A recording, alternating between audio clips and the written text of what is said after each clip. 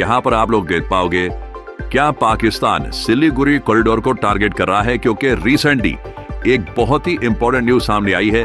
कई दशकों में पहली बार पाकिस्तान का जो आईएसआई चीफ है आसिम मलिक, आसिम मुनीर नहीं, आसिम मुनीर जैसे आपको पता होगा पाकिस्तान का आर्मी चीफ है, वो नंबर 1 कह के पाकिस्तान में चलाते हैं उसको, वो अलग आदमी है। हम यहाँ पे बात कर रहे हैं आसिम मलिक की। आईएसआई का चीफ कई दशकों में पहली बार गया है बांग्लादेश की राजधानी ढाका में और डायरेक्टली यहाँ पर बात करेगा बांग्लादेश की सरकार से।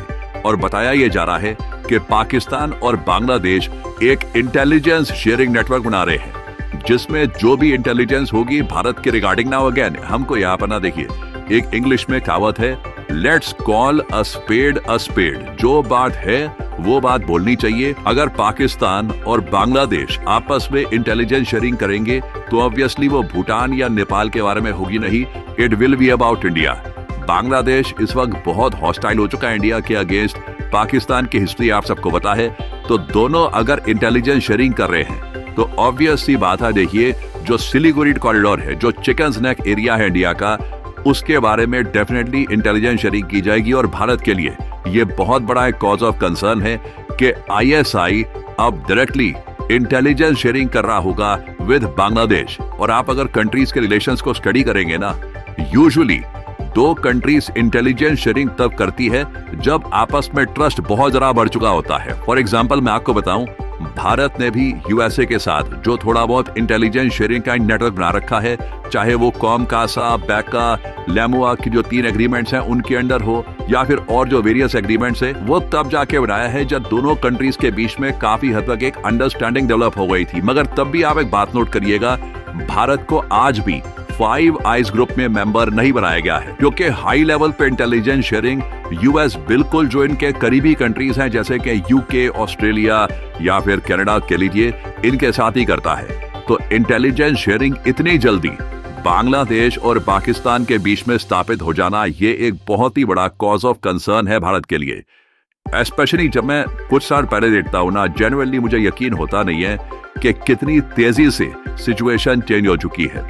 शेख हसीना के अंडर यही बांग्लादेश था जो यूनाइटेड नेशंस में जाकर डिमांड करता था कि जो ऑपरेशन सर्चलाइट कंडक्ट किया था पाकिस्तानी आर्मी ने इन बांग्लादेश, कई निहत्थे बांग्लादेशियों को मार दिया था, इसको प्रॉपरली एक्सेप्ट करना चाहिए वर्ल्ड कम्युनिटी को और इसको रिकॉग्नाइज करना चाहिए एज 1971 जेनोसाइड।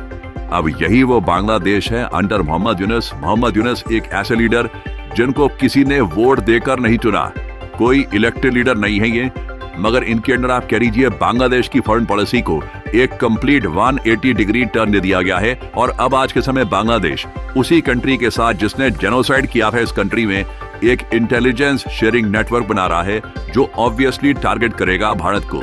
और अगर यहाँ पे आप ये सोच रहे हैं, वेल इंटेलिजेंस अकेले अपने आप में इतनी कोई थ्रेटनिंग चीज होती नहीं है अनलेस एक कंट्री के पास मिलिट्री हो।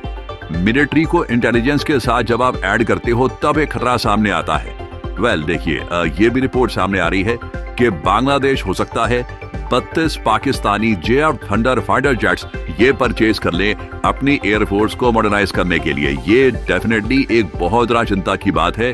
32 फाइटर जेट्स बांग्लादेश की मिलिट्री को सडनली बहुत ज्यादा स्ट्रॉन्ग बना सकते हैं, चाहे वो JF-17 थंडर के क्वालिटी के ही एयरक्राफ्ट हो। This is a huge development. Now अब एक बार यहाँ पे आप पूछोगे, अच्छा ये तो अभी एक पोटेंशियल डील हो सकती है ना, कि हो सकता है कि बांग्लादेश ये फाइटर जेट्स पर, इसका पैसा कहां से आएगा, इनके फाइनेंसेस कैसे अरेंज होंगे। वेरी इंटरेस्टिंगली रिसेंटली हमने ये देखा कि चाइना ने ये कहा है कि बांग्लादेश को जो उन्होंने लोन दे रखे हैं ना, इसको ये आगे एक्सटेंड कर देंगे। बेल्ट एंड रोड इनिशिएटिव के अंडर जो लोन बांग्लादेश ने लिए हैं चाइना से, इसकी रीपेमेंट का टाइम पहले था 20 साल, अब इसको एक्सटेंड करके कर दिया गया है 30 साल। और साथ ही साथ जो इंटरेस्ट रेट है ये ऑलरेडी काफी कम था, अब बताया जा रहा है बांग्लादेश की हैवी रिक्वेस्ट के बाद चाइना ने इसको 1% के आसपास कर दिया है। क्लियरली ये इसलिए किया जा रहा है ताकि बांग्लादेश के पास कहीं ना कहीं फंड्स बन जाएं, कुछ ये अपने डिफेंस एक्सपेंडिचर में ओपनली खर्च पाए। And this is a huge cause of concern for India. और ये सब चीजें देखकर ही ना बहुत अजीब लगता है कि यूएसए ने क्यों मोहम्मद यूनुस की सरकार को इतना सपोर्ट किया है। आई मीन लिटरली आज के समय बांग्लादेश एक बहुत ही बड़ा सिक्योरिटी चैलेंज बन के खड़ा हो गया भारत के लिए, क्योंकि जैसे जैसे मिलिटरीली ये खुद को एक्यूप करेंगे, पाकिस्तान की आईएसआई के साथ इंटेलिजेंस शेयरिंग का एक नेटवर्क ये लोग बिल्ड कर देंगे, अपनी एयरफोर्स को खड़ा कर देंगे।